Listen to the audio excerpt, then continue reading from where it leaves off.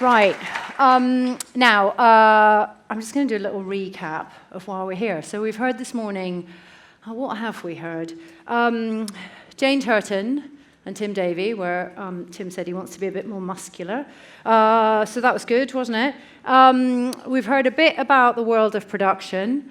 Wayne was a bit excitable this morning, wasn't he? So good news that Channel 4 has a sensible, modest, intelligent plan for in-house production. But I do agree with Wayne that it's not easy, and it's not easy to be a producer. I think Wayne then got a little high on his own supply and got Grand Master of Chess, didn't he, pushing all the broadcasters together. So it was good that Sarah Rose was there to remind him quite eloquently. And indeed, the Secretary of State came on to point out that the reason we have such a strong public service broadcasting ecosystem here is partly because of the plurality and the competition. And I think there are ways that we should all operate together, and Freely is the best example of that. But we also shouldn't believe that by popping us all together in one service, we would end up with more impact on the audience. And the big thing here, I think, about public service broadcasting and what we're going to talk about is about how we do that. So we talk about trust and we talk about truth, and you've seen that, a little VT there about particularly the two of us are focused on what does that mean for young people. And what does that mean in journalism, and what does that mean in news? And in fact, there's a session after this, which you're hosting, Gillian, which is about what does that mean now that we have AI to contend with in news? What are the pros and what are the cons?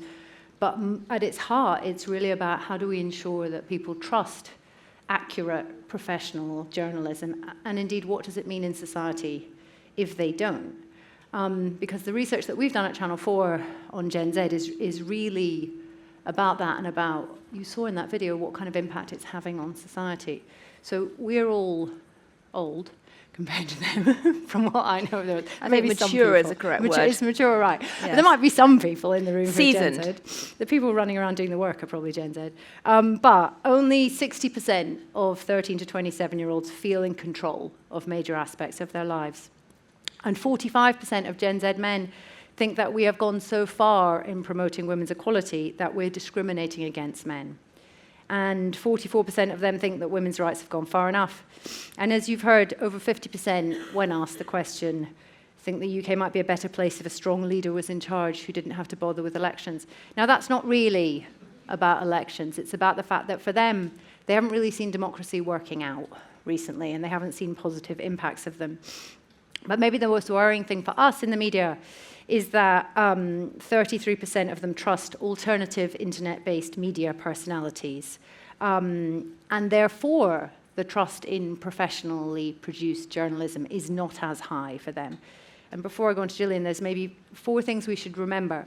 That when you consume content short form on social platforms, particularly on short form video platforms, because it's short, you look at less detail. Because it's at speed, there's no time for context. So most stories are a bit complicated and require a bit of context. But because it's also algorithmically served to you, the salacious moves to the top of the feed, because things that are noisy move faster. And so far, things that are noisy have been more right-wing. It's not that the left couldn't be more noisy, but they don't seem to have worked out how to do that yet. And because you watch things on your own, because you're often watching it on your own, maybe you're watching it in a handheld device that's super close to you, that feels almost an intimate part of you at times. There's no social questioning. There's no discussing it with other people, because you don't have that ability to do it, because often you're watching on headphones and listening. So that means that it can create really, really quite radical and quite hostile opinions very, very fast. And both of us have done lots and lots of research on this in different ways. Gillian has a PhD originally in anthropology. Mm-hmm. I've got one in physics, which is irrelevant for this. And for most things I do... Slightly more employable, usually. Yes, although not in television. But for most things I do day to day, it's utterly useless. But so we worry about this a lot in the media. And I know, Gillian, you've also looked at it in terms of research, of thinking, well, maybe it's not as bad as we think. And maybe some of the ways we look at this are over-worrying, but if we take a more anthropological approach, maybe it doesn't look as gloomy. Do you think that's fair to say? Yeah, I mean, I'll just say a couple of things. Firstly, I have a very weird background in that I have been working as a journalist with the FT for the last 30 years. I now oversee King's College at Cambridge, so I'm confronted with Gen Z every single day, in front of me, around me, and usually shouting at me late at night. But I also previously trained as a cultural anthropologist. I did a PhD in that, and have worked a lot in the field of what's called digital anthropology. Most recently working with a group of ethnographers who've been looking at how Gen Z has been reacting to AI. And I'd add a couple of points that you make. One is that one of the research programs discovered that Gen Z in both India and America trust medical bots more than human doctors for medical advice and for many aspects of financial advice. Another finding that's quite striking is that when Gen Z consumes content online, they look first at the headlines, then at the comments underneath the content, and only then at the comments last of all. That is terrifying for many people of our age. But I would argue, and it's backed up by many polls from people like Edelman showing that trust in institutions has been collapsing. I would argue, though, that that picture distorts what's really going on. Because as an anthropologist, I was taught many, many years ago that there used to be two types of trust that glued societies together. You either had horizontal trust, peer-to-peer trust, which was limited by the size of the group. It was kind of eyeball trust. Who could you eyeball? Or when groups became big, you had vertical trust, trust in leaders and institutions. This generation, though, has stumbled on a third type of trust we've never seen before in history, which is distributed trust on a massive scale, which is horizontal trust across a wide geographical spread amongst people who can't eyeball each other. And that lateral trust is becoming increasingly dominant, and it explains why Gen Z reads the comments before the content, because they get their verification not from experts on a vertical axis, but from their peer group. And I think AI is being introduced into people's lives through the lateral axis, not the vertical axis, because it's a very intimate relationship via their phones. So it's alarming, but for our generation, but part of that alarm is a sense that actually we are being deposed because we sit at the top of vertical patterns of trust, and actually trust is still alive and well, but on a different axis.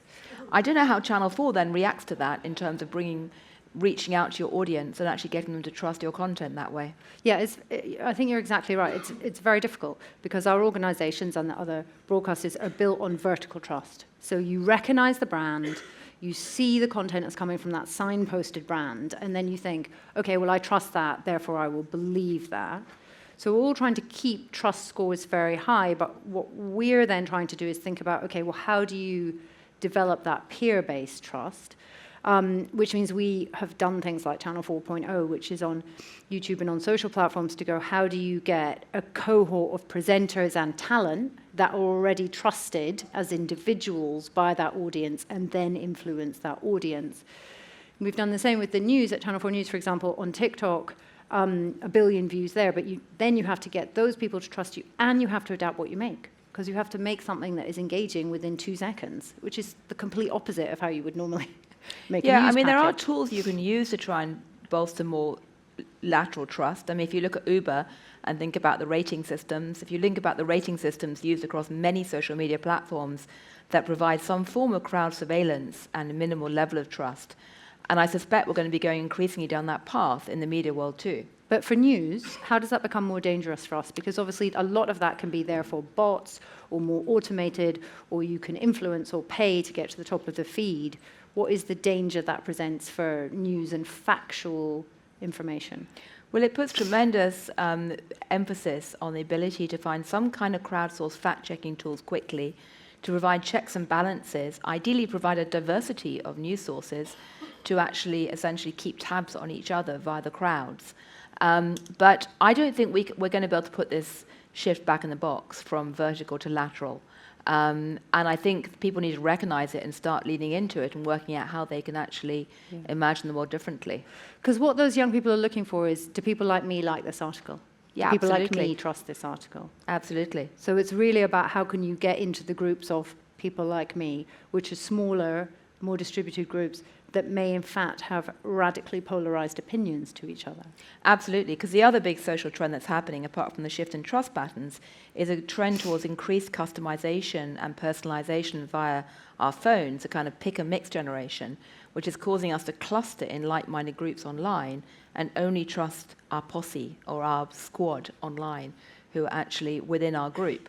And so if you don't have any overarching respected authority, you have all these alternative media landscapes. So there's an interesting piece of research that Ofcom have recently published about disinformation and misinformation, and the fact that if you talk to people who have what we might call a wrong view, but is euphemistically referred to in this report as a minority view, how do you then challenge that as an individual? Because what people find is once they've locked into that view, it's harder and harder to then question yourself of, well, maybe that isn't right. I mean, maybe my friends think that, but perhaps I need to start researching elsewhere and looking at facts. And the breaking out of that opinion, even when you begin to question it yourself, is quite a barrier.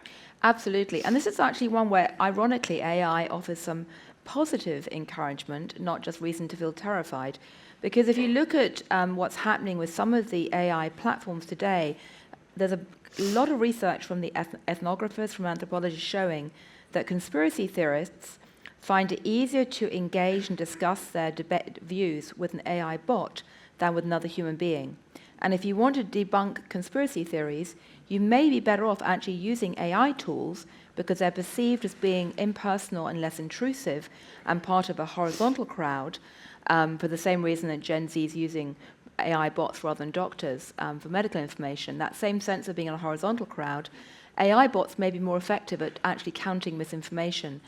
And if you look at the experiments that have been happening in Taiwan or in parts of America right now with using AI bots to mediate conversations between people who are deeply hostile and polarized, again, you have more success right now using an AI as a mediator on a mass scale than a human being. But that's interesting, isn't it? It's because people are saying they trust the machine more, notwithstanding some of the things we saw in the video of the metaverse, and they also feel no shame and that they're not judged. Absolutely. And therefore they can reverse away or move away from opinions that they may in fact themselves be questioning. Absolutely, and of course the machine is addictive because it actually serves up more customization and personalization. So you've got this kind of feedback loop between the personalized data feeding the machines and being sucked up by the machines and the AI programs to train them, and then feeding back this sense of intimacy and customization, which is a very powerful loop. I mean, what's happening on one level is scary, but it also may be potentially encouraging. The key point is it's different, and anybody who thinks they can put the genie back in the bottle is going to have a rude shock going forward. Yeah. I mean, kudos to you guys for actually recognizing these changes and trying to lead into it. None of us will pop any genies back in the bottle today. But it's interesting, isn't it? Because we can't rely on government to solve this for us, you know. Because in fact, for many people, they don't trust government. So we can't do that. As public service broadcasters and as the media more generally, we do want truth and trust to survive. We can get to trust levels, but for us, that means, I think, a big lesson about how we adapt. You know, how we think about how we represent, who we influence, and how we adapt our newsmaking and gathering and distribution in the kind of new world. So that's quite a lot, but I hope you'll see why it's hopefully interesting for this audience today and is a different take on particularly how a younger generation is consuming and why there may be some reasons for positivity. Absolutely. We all need reasons for cheer. So particularly in the middle of a British summer. So, yes. So with that, we're over time, so we're going to get off the stage and somebody will be coming to introduce whoever's next. Yep, fantastic. Thank you.